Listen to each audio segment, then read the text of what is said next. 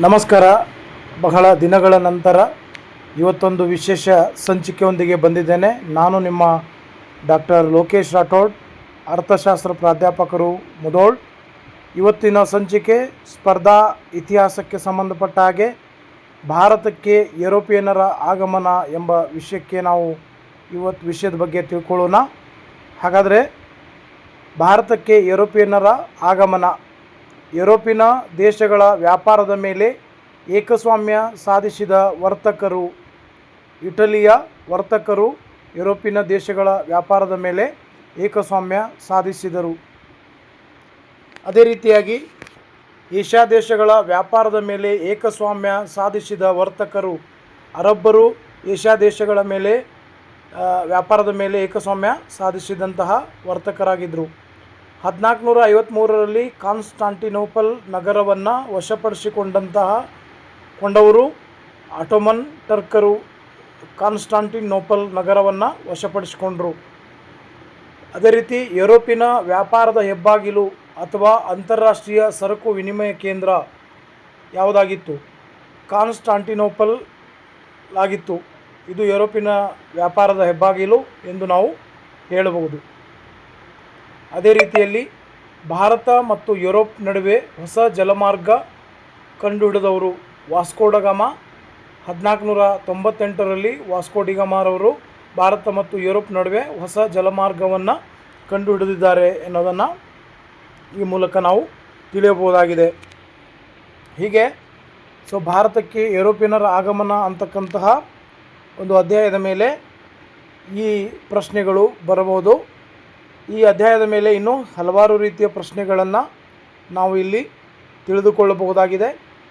ಭಾರತಕ್ಕೆ ಯುರೋಪಿಯನ್ನರು ಬಂದು ಯಾವ ರೀತಿಯ ವಸಾಹತುಶಾಹಿ ನೀತಿಯನ್ನು ಇಟ್ಕೊಂಡು ಯಾವ ರೀತಿಯಾಗಿ ಭಾರತದ ಮೇಲೆ ದಬ್ಬಾಳಿಕೆಯನ್ನು ಮಾಡ್ತಾಯಿದ್ರು, ಅದರಿಂದ ಭಾರತಕ್ಕೆ ಯಾವ ರೀತಿಯ ತೊಂದರೆಗಳಾಯಿತು ಅನ್ನೋದನ್ನು ಈ ಒಂದು ಅಧ್ಯಾಯದಲ್ಲಿ ನಾವು ಅಧ್ಯಯನವನ್ನು ಮಾಡ್ತೇವೆ.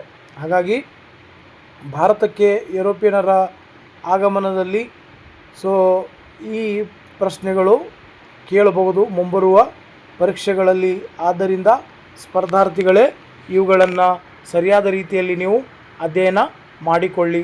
ಅದೇ ರೀತಿ ಮುಂದುವರೆದ ಭಾಗದಲ್ಲಿ ಈಗ ಭಾರತವನ್ನು ಮೊದಲು ಪ್ರವೇಶಿಸಿದ ಮತ್ತು ಭಾರತವನ್ನು ತೊರೆದ ಕೊನೆಯ ಯುರೋಪಿಯನ್ನರು ಯಾರು? ಸರಿಯಾಗಿ ಹೇಳೋದಾದರೆ ಪೋರ್ಚುಗೀಸರು. ಇವರು ಭಾರತವನ್ನು ಮೊದಲು ಪ್ರವೇಶಿಸಿದ್ದು, ಭಾರತವನ್ನು ತೊರೆದ ಕೊನೆಯ ಯುರೋಪಿಯನ್ನರು ಆಗಿದ್ದರು. ಅದೇ ರೀತಿ 7ನೇ ಪ್ರಶ್ನೆ, ಪೋರ್ಚುಗೀಸರ ಮೊದಲ ವೈಸರಾಯ ಫ್ರಾನ್ಸಿಸ್ಕೋ ಡಿ ಅಲ್ಮೆಡ. ಪೋರ್ಚುಗೀಸರ ಮೊದಲ ವೈಸರಾಯ ಫ್ರಾನ್ಸಿಸ್ಕೋ ಡಿ ಅಲ್ಮೆಡ ರವರು ಆಗಿದ್ದರು.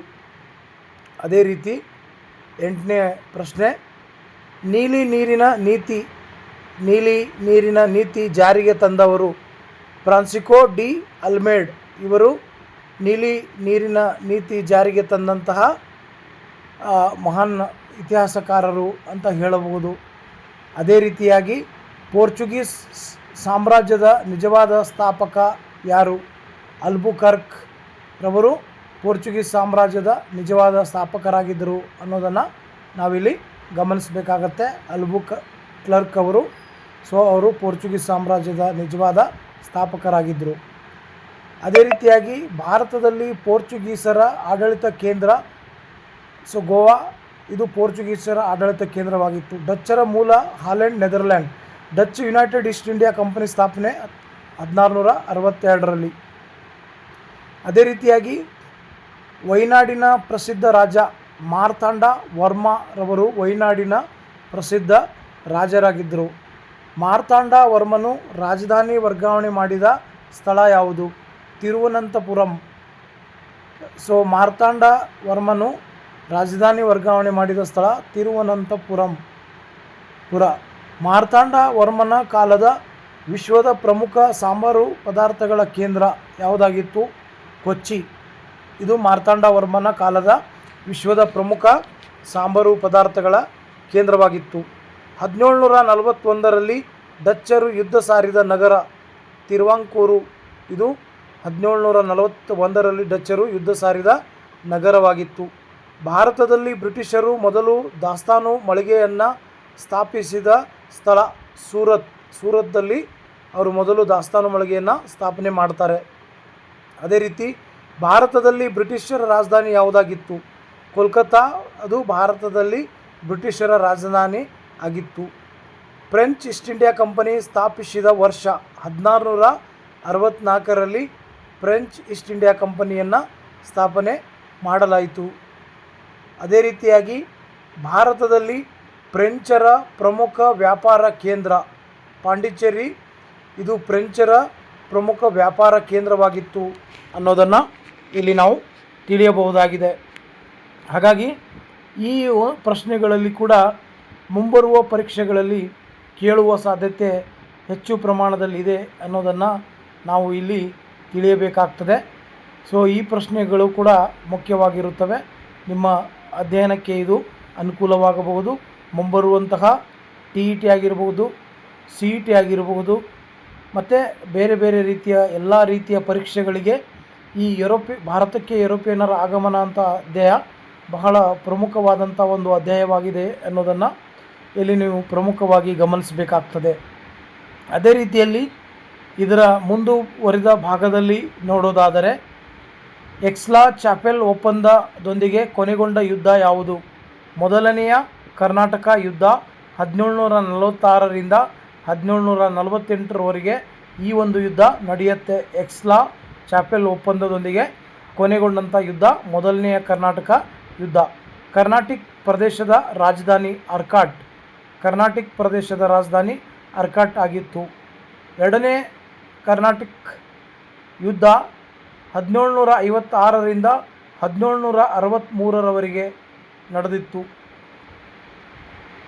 ಈ ಒಪ್ಪಂದದೊಂದಿಗೆ ಕೊನೆಗೊಂಡಿತ್ತು. ಅಂದರೆ ಈ ಎರಡನೇ ಕರ್ನಾಟಕ ಯುದ್ಧ ಯಾವ ಒಪ್ಪಂದದಿಂದ ಕೊನೆಗೊಂಡಿತ್ತು?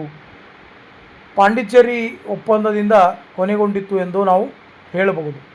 ಪ್ಲಾಸಿ ಕದನ ನಡೆದ ವರ್ಷ 1757 ಜೂನ್ 23ರಂದು ಪ್ಲಾಸಿ ಕದನ ನಡೆದ ವರ್ಷವಾಗಿದೆ.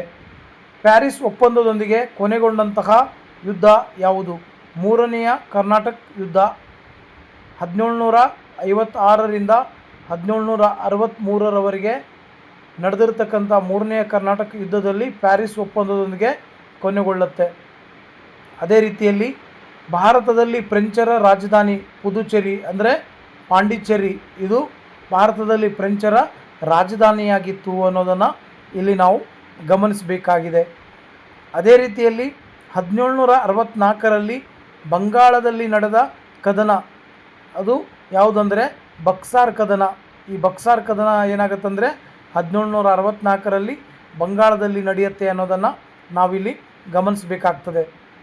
ಹೀಗೆ ಇವುಗಳ ಮೇಲೂ ಕೂಡ ಮುಂಬರುವ ಪರೀಕ್ಷೆಗಳಲ್ಲಿ ಪ್ರಶ್ನೆಗಳನ್ನು ಕೇಳಬಹುದು. ಅದೇ ರೀತಿ ಮುಂದುವರೆದ ಭಾಗದಲ್ಲಿ 1617ರಲ್ಲಿ ಜಹಾಂಗೀರನ ಆಸ್ಥಾನಕ್ಕೆ ಭೇಟಿ ನೀಡಿದ ಬ್ರಿಟಿಷ್ ರಾಯಭಾರಿ ಯಾರು? Sir Thomas Roe. 1617ರಲ್ಲಿ ಜಹಾಂಗೀರನ ಆಸ್ಥಾನಕ್ಕೆ ಭೇಟಿ ನೀಡಿದಂತಹ ಬ್ರಿಟಿಷ್ ರಾಯಭಾರಿ ಯಾರಂದರೆ ಸರ್ ಥಾಮಸ್ ರೋ. ಅದೇ ರೀತಿಯಾಗಿ ಬ್ರಿಟಿಷ್ ಈಸ್ಟ್ ಇಂಡಿಯಾ ಕಂಪನಿಗೆ ಬಂಗಾಳದ ದಿವಾನಿ ಹಕ್ಕನ್ನು ನೀಡಿದವರು ಎರಡನೇ ಶಾ ಆಲಂ.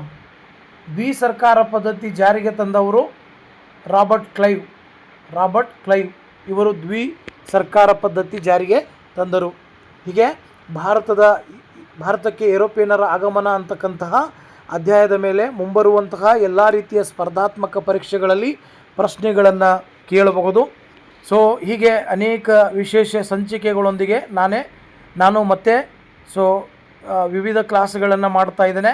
ನನ್ನ ಚಾನಲನ್ನು ಇಲ್ಲಿವರೆಗೂ ಸಬ್ಸ್ಕ್ರೈಬ್ ಮಾಡಿಲ್ಲ ಎಂದಾದಲ್ಲಿ ಡಾಕ್ಟರ್ ಲೋಕೇಶ್ ರಾಠೋಡ್ ಅಮರ್ತ್ಯ ಸೇನ್ ಅಧ್ಯಯನ ವೇದಿಕೆ ಚಾನಲನ್ನು ಸಬ್ಸ್ಕ್ರೈಬ್ ಮಾಡಿ, ಶೇರ್ ಮಾಡಿ ಹಾಗೂ ಕಮೆಂಟ್ ಮಾಡಿ.